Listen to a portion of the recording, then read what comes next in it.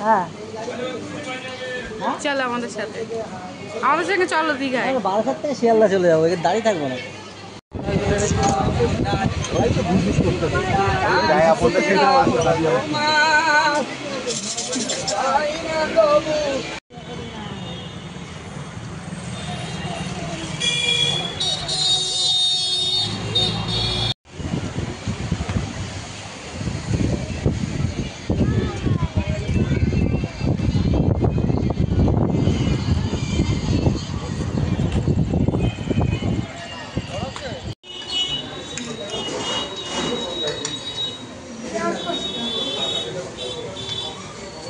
Hello everyone, good morning. তো তোমরা সবাই কেমন আছো? আশা করি তোমরা সবাই খুব ভালো আছো, আর আমিও খুব ভালো আছি। Welcome back to my channel. তো আমার চ্যানেলের নতুন একটা ভিডিওর সাথে তোমাদের সকলকে জানাই স্বাগত, অনেক ভালোবাসা।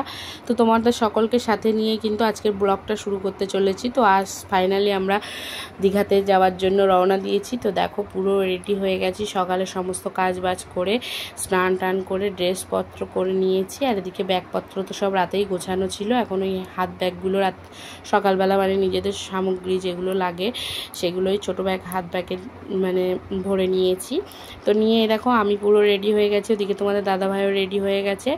আর এদিকে মা দেখো তোমাদের দাদাভাই এখনও ভাত খায়নি, তাই ভাত মাখিয়ে খাইয়ে দেবে, তাই ভাত মাখাচ্ছিল। আর মাম্মাম কিন্তু রেডি হয়ে গেছে।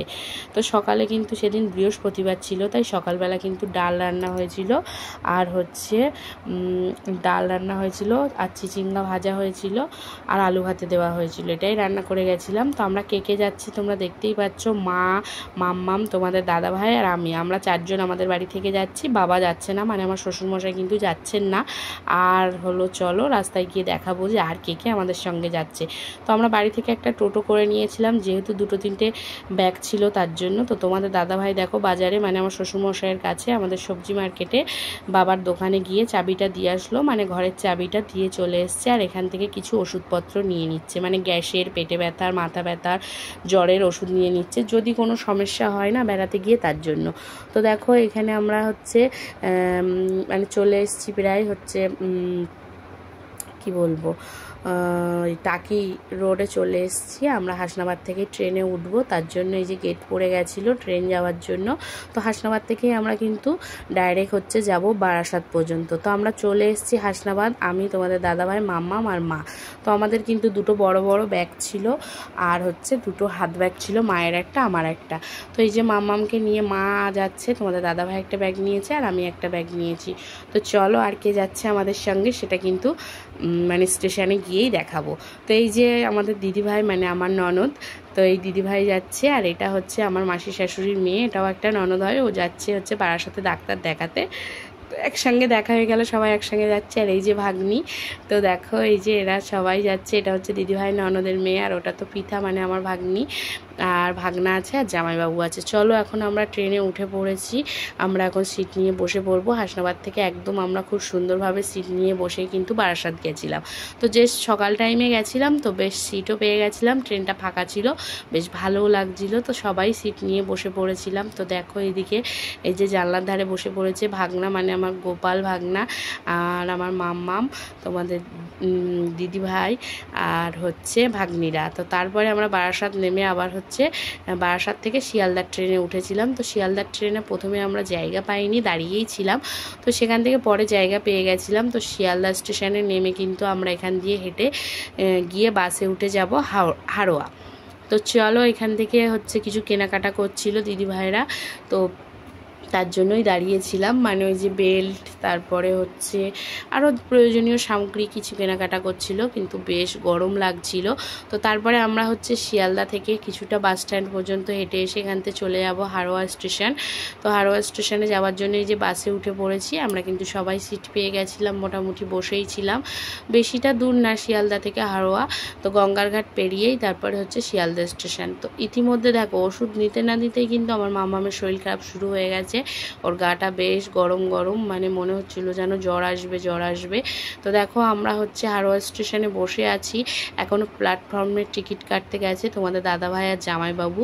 কিন্তু আমাদের দুর্ভাগ্য, কারণ আমরা হচ্ছে মে মাসের 1 তারিখে বেড়াতে গেছিলাম বৃহস্পতিবার, তার আগে হচ্ছে 29-30 তারিখে দীঘাতে যে হচ্ছে জগন্নাথ মন্দির ছিল, সেই জগন্নাথ মন্দিরটা উদ্বোধন ছিল, তার জন্য দুদিন কিন্তু ট্রেন বা বাস সব বন্ধ ছিল, তার জন্য ট্রেনটা কিন্তু পিছিয়ে দেওয়া হয়েছিল। তো ট্রেন টাইম আমাদের 3:05 ছিল, আমরা মোটামুটি 12:30-1টার মধ্যে হারোয়া স্টেশনে পৌঁছে গেছিলাম, কিন্তু আমাদের ট্রেন দেখাচ্ছিল 8টা, মানে 8টা 10 মিনিটের আগে কোনো ট্রেন ছিল না দীঘা যাওয়ার। তো তার জন্য আমরা বাধ্যতামূলক কতক্ষণ বসে থাকবো, তাই লাস্টে বাধ্যতামূলক হারোয়া থেকে আমরা বাসে করেই কিন্তু চলে গেছিলাম। এসি বাস করে নিয়েছিলাম সবাই, রিজার্ভ তো এখানে এসি বাস পুরো হারোয়া থেকেই ছাড়ে, তো সেই হারোয়া থেকে পুরো বাসে করেই আমরা চলে গেছিলাম।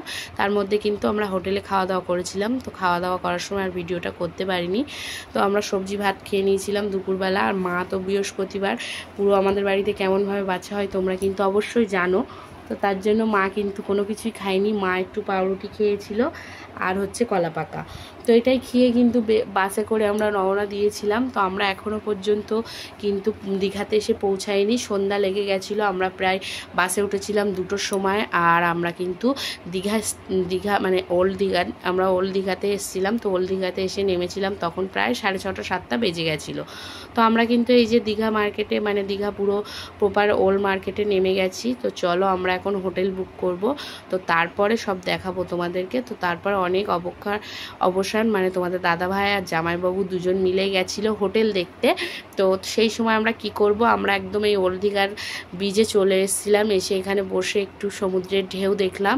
তো তারপরে চলো ঢেউ দেখার পরে আমরা কিন্তু এবারে যাব যেখানে হচ্ছে আমাদের হোটেল দেখেছিল তোমাদের দাদাভাই আর জামাইবাবু মিলে, তো সেই হোটেলেই চলে যাব। তো চলো, হোটেল দেখা কমপ্লিট হয়ে গেছে।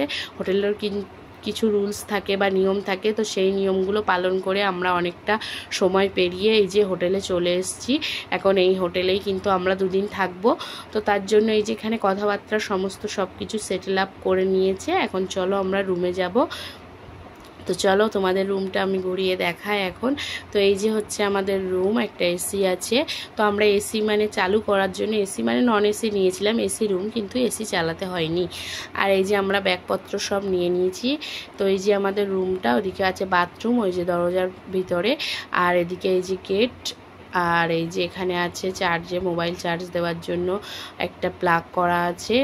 আর এই যে হচ্ছে একটা ড্রেসিং টেবিলের মতো আয়না, আর একটা বেড, আর বেশ বারান্দা। তো চলো একটু ফ্রেশ হয়ে নিয়ে তারপরে কিন্তু আমরা যাব মার্কেটের দিকে। যেহেতু এখন 6:30, 7টা 7:30 বাজে, তো সেহেতু আমাদের তো রাত্রে খেতেও হবে ডিনার, তার জন্য চলো আমরা এখন বাজারের দিকে যাব। তো দেখো মাম্মামের একটা কিটো জুতো পরিয়ে নিয়ে গেছিলাম, আর এই চটি জুতোটা আরেকদিন কিনেছিলাম, তোমরা দেখেছিলে। তো এই চটি জুতোটা কিন্তু এখন একটু পরিয়ে নিলাম মাম্মামকে। তো চলো সবাই আমরা একটু ফ্রেশ হয়ে তারপরে হচ্ছে বাজারের দিকে গিয়েছিলাম।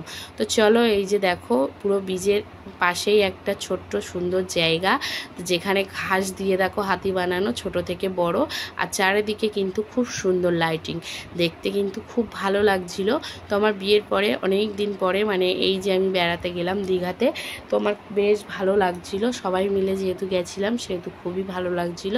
তো এই যে তোমাদের দাদাভাই আমি দুজন কিন্তু আমরা ঘুরছিলাম, আর সবাই আমাদের সাথে ছিল, মানে বাবা তো ছিল না, মা ছিল, জামাইবাবু দিদিভাই সবাই ছিল। তো চলো বীজের ধারে যাওয়া যাক। তো দেখো কি ঢেউ, তো এটা কিন্তু একদম অন্ধকারে, মানে খুব একটা আলো ছিল না, তার জন্য ভালো করে তুলতে পারিনি। কাল দিনের বেলা তোমাদেরকে আবার দেখাবো। তো রাতে দেখো কি সুন্দর ঢেউ হচ্ছে। আর মাম্মামের কিন্তু যেহেতু ঠান্ডা ঠান্ডা হাওয়া লাগবে, তাই মাম্মামকে কিন্তু আমি আমার চুড়িদারের ওড়নাটা পরিয়ে দিয়েছি মাথা দিয়ে।